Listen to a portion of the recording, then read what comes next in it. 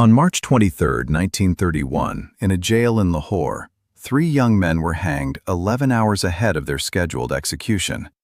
The British moved up the time to avoid public unrest. The eldest of the 3 was 23 years old. His name was Bhagat Singh, and by the time the rope was placed around his neck, he had already become something the British Empire feared far more than a criminal: a symbol. This is the story of how a boy from a small Punjab village became the most enduring revolutionary icon in India's fight for independence. Not through the diplomacy of the freedom movement's most famous leaders, but through a philosophy of armed resistance, sacrifice, and an almost unnerving calm in the face of death. Bhagat Singh was born on September 28, 1907, in the village of Banga in the Layalpur district of Punjab, a region that today lies in Pakistan. He was born into a Sikh family already steeped in resistance. His father, Kishan Singh, and his uncles were active in the movement against British colonial policy, and at the very moment of his birth, several of his family members were in jail for opposing the Colonization Bill of 1906. Resistance, in other words, wasn't something young Bhagat Singh discovered later in life. It was the air he was born into. The event most historians point to as the turning point of his political consciousness happened when he was just 12 years old: the Jallianwala Bagh massacre of 1919, in which British troops opened fire on an unarmed gathering in Amritsar, killing hundreds. Accounts describe the young Bhagat Singh traveling to the site shortly afterward and collecting a jar of blood-soaked soil from the ground, a physical, almost ritual act of bearing witness to what colonial rule was capable of. It was the first of many moments that convinced him gradual reform would never be enough. Singh was educated at DAV High School and later the National College in Lahore, an institution known for nurturing nationalist thought. It was here that he was exposed to European revolutionary movements, socialist theory, and the writings of thinkers far beyond India's borders.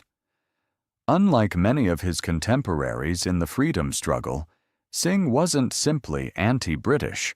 He was explicitly anti-capitalist and pro-socialist, and he read voraciously Marx, Bakunin, and the history of revolutionary movements in Ireland and Russia shaped his thinking as much as anything happening in India itself. He joined the Naujawan Bharat Sabha, a youth organization dedicated to revolutionary nationalism, and later became associated with the Hindustan Republican Association, which in 1928 he helped transform into the Hindustan Socialist Republican Association, or HSRA, alongside fellow revolutionaries Chandrashekhar Azad and Sukhdev Thapar. The renaming wasn't cosmetic. It was a deliberate statement. Their goal wasn't just political independence from Britain, but a socialist restructuring of Indian society itself. In 1928, the freedom movement was shaken by the death of Lala Lajpat Rai, a revered nationalist leader who died from injuries sustained during a police baton charge ordered by a British police superintendent named James Scott during a protest against the Simon Commission. Bhagat Singh and his HSRA comrades, including Rajguru and Azad, resolved to avenge Rai's death. On December 17, 1928, they moved to assassinate Scott outside the district police headquarters in Lahore. But in the confusion of the moment, they killed the wrong man, John Saunders, a young assistant superintendent of police who merely resembled their intended target. Singh went into hiding after the killing, and in one of the more striking details of this period, he cut his hair and shaved his beard to evade capture, a direct violation of his Sikh articles of faith, and a decision that shows how completely he was willing to subordinate even his own religious identity to the revolutionary cause. The action that made Bhagat Singh a household name across India came a few months later. On April 8, 1929, protesting the introduction of two repressive pieces of legislation, the Public Safety Bill and the Trade Disputes Bill. Singh and fellow revolutionary Bhatukeshwar Dutt threw two low-intensity bombs into the Central Legislative Assembly in Delhi. This was not an assassination attempt. The bombs were deliberately constructed to be non-lethal, thrown into empty sections of the chamber. As the smoke cleared, Singh and Dutt did not attempt to flee.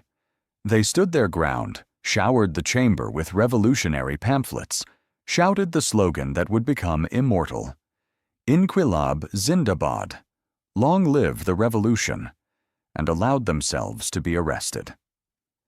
Their stated purpose, in their own words, was simply to make the deaf hear. They wanted the British Empire and the Indian public to understand that a new, more radical current of resistance had arrived, one willing to sacrifice its own freedom to make its point. It was the arrest following the assembly bombing that led investigators back to the Saunders case, and Singh was put on trial for that assassination as part of what became known as the Lahore conspiracy case. While awaiting trial, Singh and his fellow prisoners launched a hunger strike, protesting the brutal and discriminatory treatment of Indian political prisoners compared to their British counterparts. The strike lasted months. One of the participating revolutionaries, Jatin Das, died after 63 days of fasting, a death that generated enormous public sympathy and turned the prisoners' cause into a national conversation, even before Singh's own trial had concluded. In the months leading up to his execution, Singh wrote what remains one of his most studied pieces of writing, an essay titled, "Why I Am an Atheist." In it, he rejected religious consolation entirely, arguing that true courage meant facing death without the comfort of believing in an afterlife or divine justice. It's a document that reveals a mind far more philosophically rigorous than the popular image of a fiery young revolutionary might suggest. Singh saw himself not just as a fighter, but as an intellectual engaging seriously with questions of meaning, sacrifice, and belief. The Lahore conspiracy case trial found Singh, Rajguru, and Sukhdev guilty of Saunders's murder, and all three were sentenced to death. Throughout the proceedings and the appeals that followed, Singh made no attempt to seek clemency or plead for his life, a decision entirely consistent with the revolutionary philosophy he'd built his entire adult life around. To ask for mercy, in his view, would have undercut the very statement his death was meant to make. On March 23, 1931, Bhagat Singh, Rajguru, and Sukhdev were hanged in Lahore Central Jail, moved forward by 11 hours from their scheduled time, reportedly to avoid the mass public gatherings authorities feared would try to prevent it. He was 23 years old. News of the execution spread like wildfire, sparking outrage across the country and drawing condemnation even from international press. In the decades since, Bhagat Singh has become one of the most recognizable faces of India's independence struggle, not despite his youth and his willingness to use violence, but in some ways because of it. He represents a strand of the freedom movement that existed alongside, and often in tension with, the non-violent philosophy more commonly associated with leaders like Gandhi, the belief that some injustices demand more than patient resistance. What makes Bhagat Singh's story endure isn't simply that he died for a cause. Many did.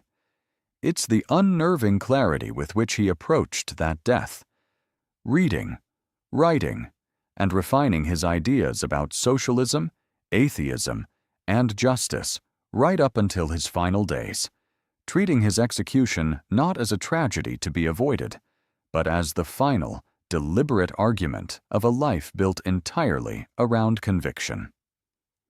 If you found this deep dive into Bhagat Singh's life meaningful, I'd be truly grateful if you'd hit like and subscribe.